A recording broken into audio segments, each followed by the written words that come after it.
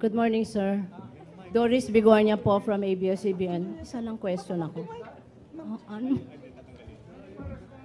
Ano daw? Okay na po dito. Okay na po dito.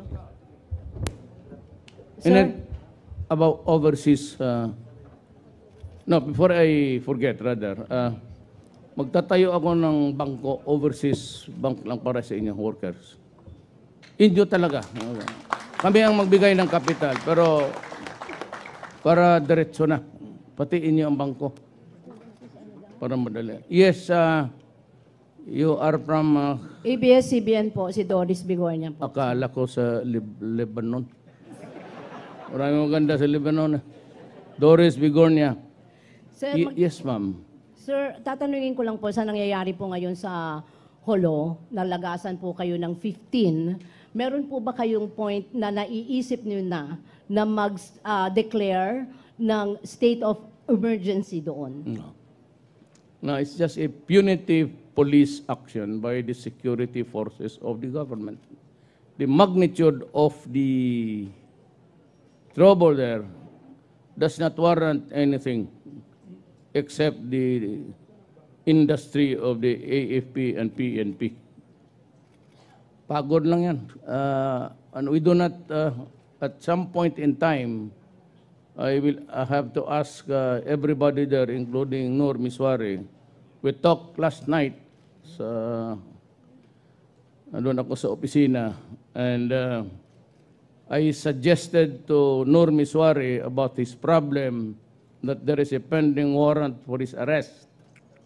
And I told him, Noor, I have no intention of detaining you or placing you in the custody of the government. You can simply walk out there, ask any soldier and police to escort you kung saan ako, mag-usap tayo. But he wants Kuala Lumpur in front of the OIC and some of the, well, mga tao niya sa Bangsa Hulo, Bangsa Tausog. Bangsa Moro yung sa Bangsa Tausog to sila. Mga Tausog doon, sabi ko na, dalian mo, Nor, kasi we're wasting lives here. Tsaka sabi ko, kung matuloy yung federal, then each region can have its own economic policy.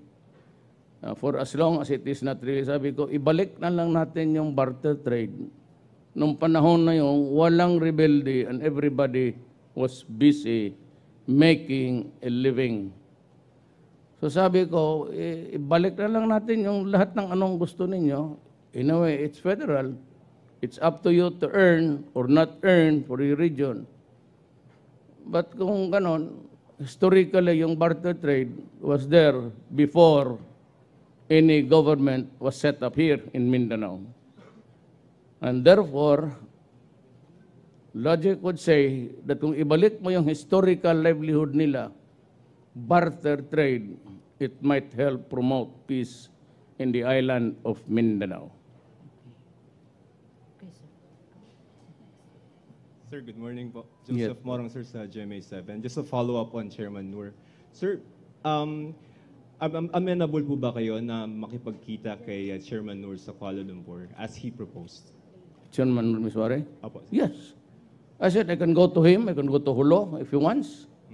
Or if you want somewhere else, they can bring him to Davao City or in Manila.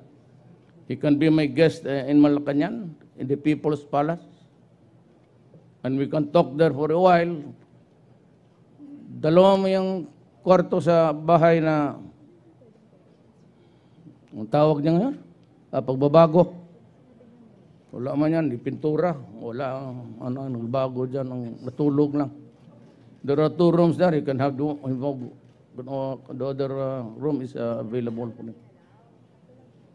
Wala akong problema. At this time, I cannot be too stringent in the matters that would affect whether or not we succeed.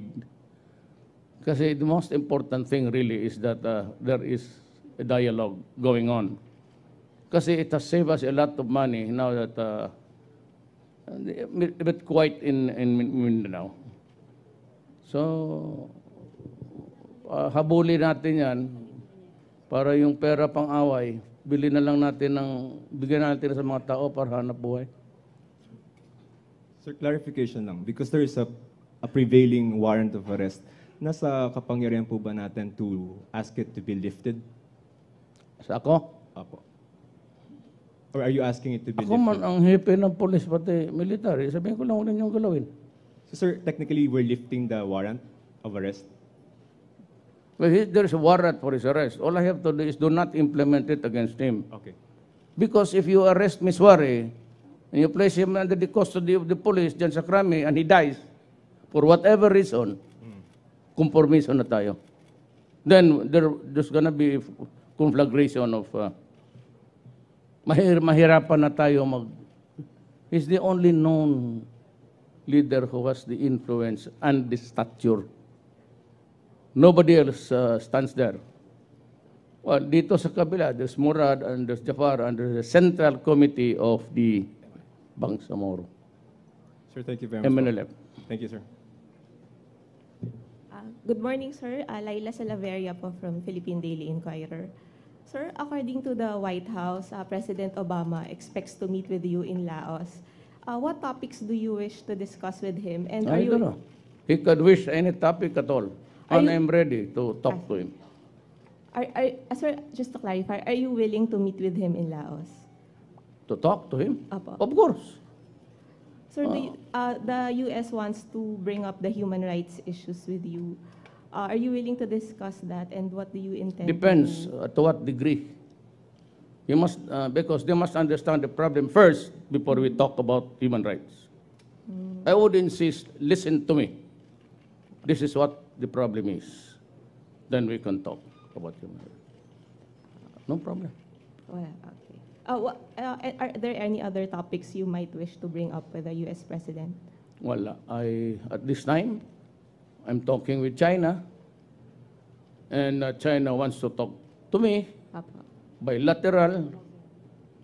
If it's good, and if it's to the advice of my team, the military, the police, and these guys sa likod ko, they would say, larga tayo. It's always a cabinet decision.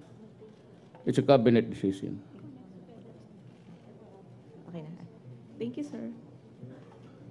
Maraming salamat po. May we request Mr. President to have a photo opportunity with the Secretary for Foreign Affairs, the Secretary for...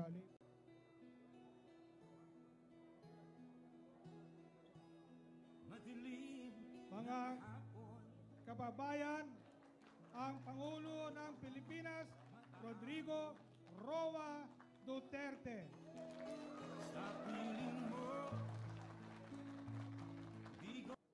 2 weeks ago, sabi ko sa kanila, I will leave for Riyadh. Actually, you have to inform the... Hindi naman sila nag-ayaw. Pero sabi nila, isang brad ko na maranaw rin, si Mamao. Bigay na natin sa Bibil. Sang-ayon ako doon, walang problema. Si Nor, nag-usap kami kagabi, gusto niya sa Kuala Lumpur, yung OIC, at sabi niya, 2 araw magpirmahan na tayo, tapos ang away. Dala kayo ng droga, ako na naman mulong doon. Magkano? 10 million each? Magkano? Ha? Hindi, may 5,000 ako for each of you. But anyway,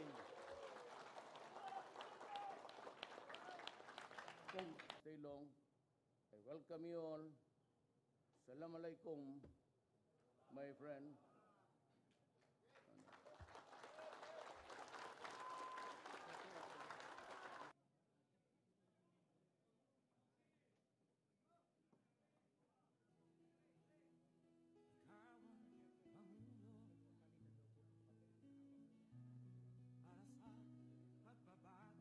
Maraming salamat po. 5th and 6th row na po tayo.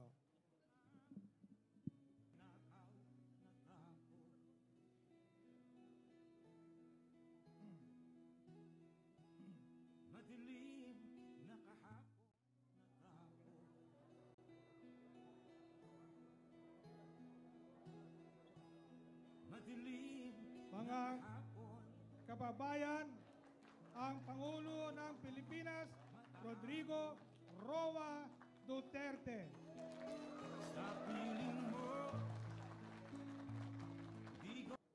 2 weeks ago, sabi ko sa kanila, I will leave for Riyadh.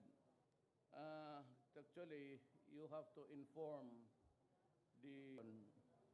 Hindi naman sila nag-ayaw. Pero sabi nila, isang brad ko na maranaw rin, si Mamao. Bigay na natin sa Bibil. Sang-ayon ako doon, walang problema.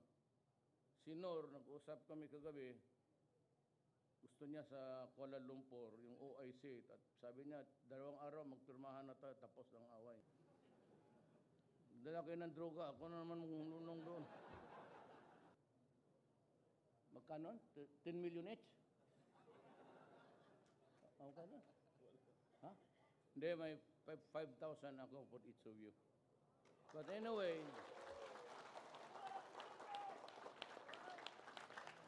stay long. I welcome you all. Assalamualaikum, my friend. Okay.